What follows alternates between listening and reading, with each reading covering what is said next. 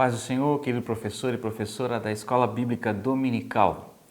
Essa é mais uma pré-aula das nossas lições de jovens e eu vou estar aqui trazendo um breve comentário, alguns subsídios da lição 6 da lição de jovens, com o tema Mortos para o pecado, mas ainda lutando contra ele. O texto principal, o texto áureo dessa lição está em Romanos capítulo 6 e o versículo 4, que diz: De sorte que fomos sepultados com ele pelo batismo na morte, para que, como Cristo ressuscitou dos mortos pela glória do Pai, assim andemos nós também em novidade de vida. O resumo da lição diz que o crente, uma vez justificado e santificado, mediante a fé no sacrifício de Jesus Cristo, deve morrer para o pecado. Então, a mensagem principal dessa lição, a lição 6, é trazer aos nossos jovens, a classe de jovem, que embora estando morto para o pecado, mas ainda há uma luta contra ele. Até porque nós temos três grandes inimigos que continuamente estão agindo, tramando contra a nossa vida, contra o nosso relacionamento com Deus. Nós temos o mundo, nós temos a carne e nós temos o diabo. Esses são os três grandes, principais inimigos que nós temos. E tem um livro muito bom, que nos auxilia muito ter o conhecimento desses inimigos, que foi escrito por pastor Dr. Russell Shedd, da editora Vida, com o livro O Mundo, a Carne e o Diabo. É um livro muito bom que vai lhe auxiliar aí no entendimento desses inimigos. Então, embora nós estamos mortos para o pecado, há esses inimigos que estão trabalhando, estão criando estratégias para que venhamos a pecar, a errar e a nos distanciar de Deus. Porque quanto mais afastados de Deus, quanto mais longe de Deus, quanto mais perdemos a intimidade com Deus, nós vamos perdendo o significado do pecado. O pecado não vai tendo mais significado e tudo fica relativizado. Você pode fazer o que bem entender que não é errado. E ao contrário disso, que quanto mais próximo de Deus, quanto mais íntimo de Deus, quanto mais você se relaciona com Deus, mais o pecado vai tendo significado. O texto principal de Romanos 6 e 4, na NVT, na Nova Versão Transformadora, ela deixa um pouco mais claro, e a gente consegue entender um pouco melhor esse versículo que diz: Pois pelo batismo morremos e fomos sepultados com Cristo. E assim como ele foi ressuscitado dos mortos pelo poder glorioso do Pai, agora nós também podemos viver uma nova vida. Então nós somos batizados, essa palavra batismo, ela vem do latim batismos e do grego batismos, que significa submergir. Então quando nós somos batizados, imersos em águas, publicamente estamos confessando que nós agora morremos, estamos sendo sepultados, aquele velho homem, a velha natureza, e quando nós saímos desta água, nós agora somos mostrando à comunidade, mostrando a este mundo que nós estamos ressuscitando junto com o nosso Senhor Jesus para uma vida nova, para uma vida de novidade. Então Paulo está dizendo aos romanos que nós devemos estar completamente sepultado, o velho homem que morreu para o pecado e agora deve viver uma nova vida. Mas se morremos para o pecado, por que nós pecamos? Se estamos mortos para o pecado, por que nós continuamos ainda pecando? Devemos entender que a salvação ela segue um processo. E qual seria esse processo? O primeiro momento da salvação, nós somos salvos do poder do pecado. Veja Romanos capítulo 6, o versículo 6 e 7, nos diz: Sabemos que a nossa velha natureza humana foi crucificada com Cristo para que o pecado não tivesse mais poder sobre nossa vida e dele deixássemos de ser escravos. Pois quando morremos com Cristo, fomos libertos do poder do pecado. Então Paulo deixa claro que nós somos salvos do poder desse pecado. Como entender melhor isso? Veja que antes Adão e Eva, eles foram criados perfeitos. E os seus impulsos, eles eram perfeitos, eram controlados. Após a queda, após eles pecarem, esses impulsos saíram do controle. Agora esses impulsos estão num estado de imperfeição. Exemplo de impulso, a sexualidade. Deus criou o homem e a mulher e disse para eles, sejam férteis e multipliquem-se. Está lá em Gênesis capítulo 1, versículo 26. Após a queda, essa sexualidade começou a seguir de mão dada com a imoralidade sexual. Ela se descontrola. A imoralidade sexual são pecados como a pedofilia, zoofilia, violência sexual, pornografia. Isso então foi corrompido. O homem no seu estado original de criação estava vivendo um estado de perfeição, sem pecado. Após a queda, então, os seus impulsos ficam descontrolados. Como o impulso da proteção, que no estado original ele protegia, foi criado para proteger, para cuidar, para zelar. E com o pecado, o que veio com o pecado? A violência. Nós temos ali a própria morte de Abel. O seu próprio irmão Caim matou ele justamente por causa do pecado. Então, o pecado, ele dominou o homem, ele tornou ele escravo.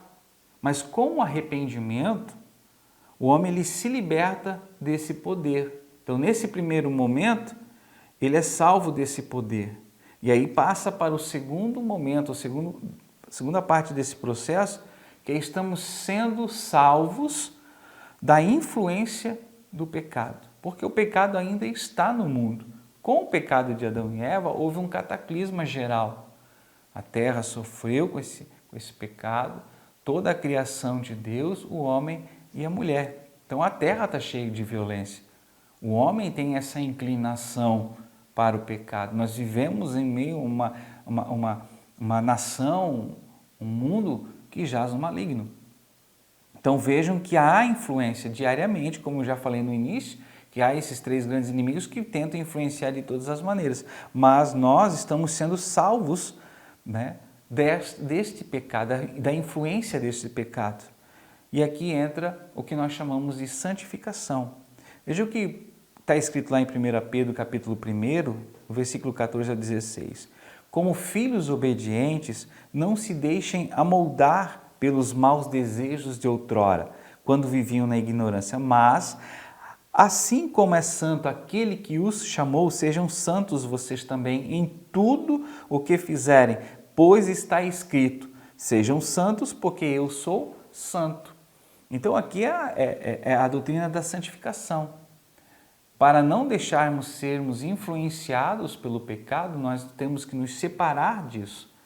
Nós temos que nos santificar. E Pedro deixa muito claro que nós somos filhos obedientes, então nós não podemos mais deixar nos moldar pelos desejos que antes nós sentimos. Então nós temos que sempre estar nos fortalecendo, fugindo desse pecado, da influência do pecado, dizendo não. Tem que deixar muito claro isso para o jovem, que não há uma mágica, não há um meio fácil de você se livrar dessa influência do pecado. Apenas o que funciona é você dizer não. E a cada não que você diz, você se fortalece. Então, Pedro está dizendo, sejam santos porque eu sou santo. E a maneira, o caminho certo para que você vença essa influência do pecado é você ser obediente, é você dizer não ao pecado, à influência do pecado e também esse relacionamento com Cristo. Quanto mais perto dele, quanto mais íntimo de Cristo, mais santo você vai se tornando, vai tendo o caráter, vai sendo moldado pelo caráter de Cristo, sendo parecido, semelhante ao nosso Senhor Jesus Cristo. E o terceiro momento do processo da salvação é que nós seremos salvos.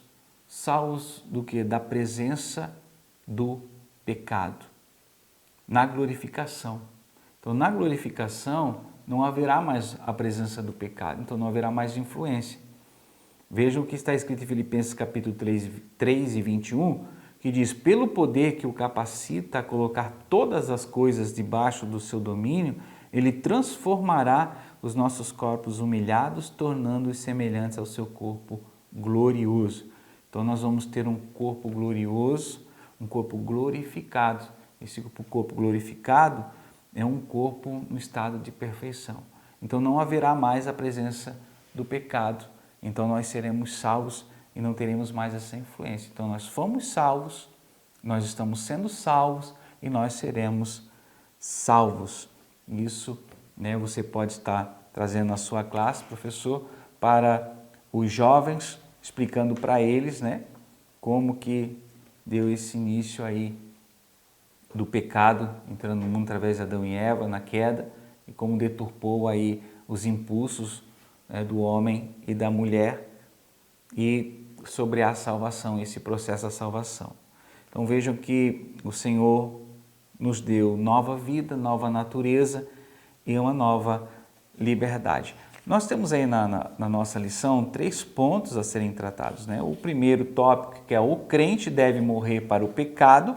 O segundo tópico, vivendo uma nova posição em Cristo. E o terceiro tópico, vivendo em novidade de vida. Então, nós temos ali Paulo apresentando aos crentes que diante de Deus nós somos perdoados e somos livres em Jesus Cristo. Perdoado gratuitamente, pela graça que o Senhor nos dá gratuitamente, esse favor imerecido. Então, nós recebemos do Senhor esse perdão, essa remissão, e aí estamos livres em Jesus Cristo. No ponto 1, no tópico 1, o crente deve morrer para o pecado, tem que trabalhar bem essa doutrina da justificação, para que fique bem claro o que é ser justificado. A lição, ela vem nos trazer que alguns entendem que a justificação era pela observância da lei, que a justificação é pelas obras, e uma vez justificado, você não precisaria mais se preocupar com a sua vida.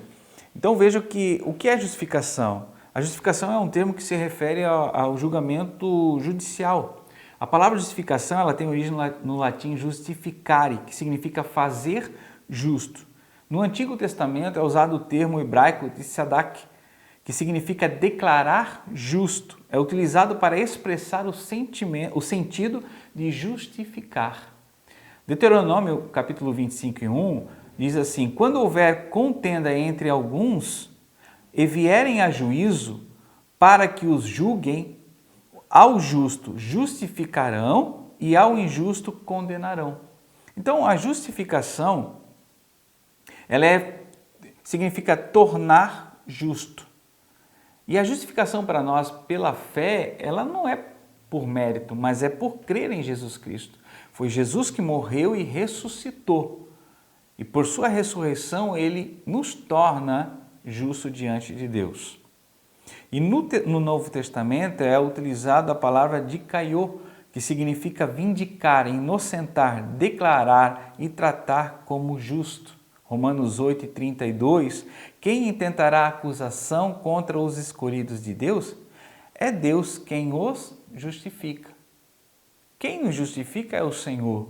Cabe a nós termos fé.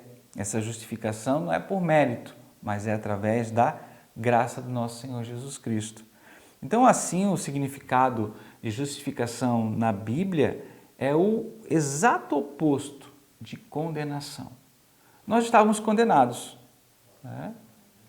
Condenados a quê? À morte. Porque o salário do pecado era a morte. Pecou é para morrer. Mas, mediante a fé, somos justificados perante o Senhor. O Senhor Jesus Cristo levou essa condenação na cruz, na sua morte. Então, o ato de justificar é um estado de justiça por meio de uma sentença judicial. No entanto, com relação à salvação, a soteriologia, que é o estudo sobre salvação, o ato de justificar implica na imputação da justiça de uma pessoa a outra. Isso significa declarar alguém que é injusto, ele se torna justo pelos méritos de outra pessoa. Neste caso, nosso Senhor Jesus Cristo. É a nossa fé nele que nos justifica e não mérito nosso. Então, nós somos justificados e essa justificação nos leva a uma novidade de vida. Viver uma novidade de vida é viver uma novidade de vida, uma nova vida. É você se despir daquela roupagem velha, se despir daquele velho homem e agora viver essa vida diante de Deus, uma vida nova. A velha vida acabou e agora se tem início a uma nova vida. Vejam o ponto 2, o tópico 2, fala-nos que vivendo uma nova posição em Cristo. Então, a partir do momento que somos justificados, temos uma nova vida, temos uma nova posição em Cristo. Posição em Cristo, ela assegura uma vida eterna ao lado do Todo-Poderoso, mas também exige uma vida de obediência. Não é porque nós somos justificados que agora nós não temos que fazer mais nada.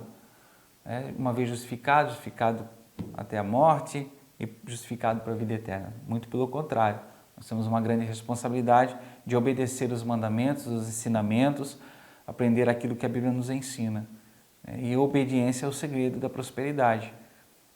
Esse é o segredo, é você obedecer a palavra de Deus. Então você é justificado, você se torna justo perante Deus, mediante a fé em Jesus Cristo, mas agora você tem que priorizar a vontade de Deus. Você tem que olhar para dentro de si, você tem que matar esses desejos da carne que te levam para o caminho do pecado, como Paulo escreveu lá em Gálatas, capítulo 5, do versículo 16 adiante, que nós devemos viver pelo Espírito, andar pelo Espírito. Quer dizer, a nossa vida agora é pelo Espírito. Nós temos essa luta diariamente de matar a carne, os desejos da carne, os desejos que tínhamos antes, para viver uma vida no Espírito, uma vida de vivificados em Cristo. Uma nova vida com Cristo é uma vida de santificação, de intimidade com Deus, de um relacionamento com Deus. E o meu relacionamento com o Senhor é fazer a vontade dEle. Então, tudo que eu faço, eu devo perguntar para Deus: Senhor, eu estou fazendo a Tua vontade? Senhor, eu estou andando conforme a Tua vontade? Senhor, eu estou indo a lugares que o Senhor se agrada? Eu estou falando da forma que o Senhor se agrada? Eu estou me vestindo da forma que o Senhor se agrada? E você só vai descobrir isso dentro de um relacionamento, de uma intimidade com Deus. E é isso que faz quando você se arrepende, quando você é justificado pela fé e quando você se santifica. Você agora vive uma vida em Cristo. E quem vive em Cristo agora se torna embaixador. Agora você vai anunciar o Evangelho do Senhor Jesus Cristo. Você vai falar ao mundo dessa experiência que você teve através do Evangelho. De uma pessoa que outrora estava vivendo em pecado, morto, vivendo uma vida triste, uma vida desanimada, perdida, sem valor, mas que foi encontrado pelo Senhor Jesus, convencido pela sua palavra, se arrependeu e agora é uma nova criatura vivendo uma novidade de vida. E aí você vai levar essa mensagem a outras pessoas para que nelas também sejam geradas essa vida. O ponto 3 fala vivendo em novidade de vida. Então, que reina a nova vida não é mais o pecado. O pecado ele não pode mais reinar sobre a sua vida, como eu falei que nós fomos salvos do poder. Então, o pecado não tem mais poder sobre nós. Nós temos a liberdade de decidirmos o que devemos fazer. Mas eu não consigo vencer porque a carne é fraca, porque eu não consigo. Não, você consegue sim, é uma questão de decisão.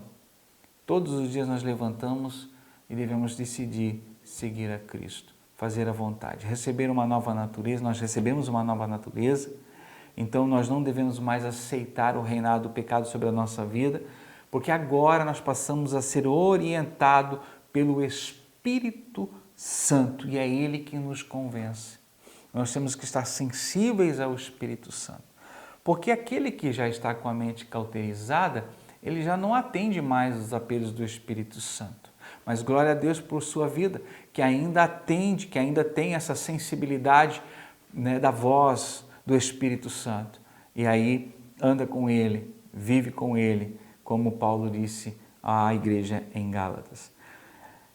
Então a intimidade com o Senhor Jesus Cristo nos leva a uma mudança de mentalidade. Essa mudança de mentalidade nos leva a agradar ao Senhor Jesus Cristo, ao nosso Senhor.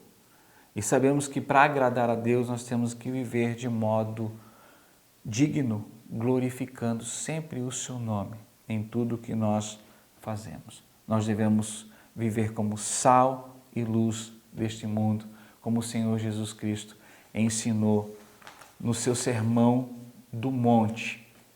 Isso que fique bem claro para o seu aluno, professor e professora, que a responsabilidade de ser luz, de iluminar esse ambiente de trevas, dissipar as trevas e ser sal. O sal, quando nós colocamos na comida, nós não percebemos, nós não vemos mais a sua presença. Mas quando nós provamos a comida, nós percebemos que o sal está ali porque ele temperou aquela comida. Nós não fomos chamados para aparecer, porque é Jesus que deve aparecer. Mas a nossa ausência tem que ser percebida por este mundo. Então nós temos que viver como sal e luz desse mundo. Mortos para o pecado, mas ainda há uma grande luta. Fomos chamados para essa luta, mas há como vencer, porque o nosso Senhor Jesus Cristo nos ensina através das Sagradas Escrituras como vencer essas lutas, esses inimigos diariamente. Que Deus os abençoe, que Deus te abençoe, professor aí na classe de aula junto com os seus alunos. Busque em oração junto com eles e crie esse ambiente para que ele possa entender que é importante a oração e a meditação diária para a luta contra o pecado. Quero também aqui aproveitar essa oportunidade e já lançar aqui o convite a todos os professores e alunos e aqueles que gostam de aprender, que em fevereiro, nesse mês agora, no dia 18 e 19, teremos o 22º Congresso da Escola Bíblica Dominical. Quem estará pregando é o pastor Aldo José Galina, da cidade de Joinville, aqui do nosso estado de Santa Catarina, louvando o ministério diante do altar, aqui da nossa cidade de Camboriú, da congregação do setor Tabuleiro.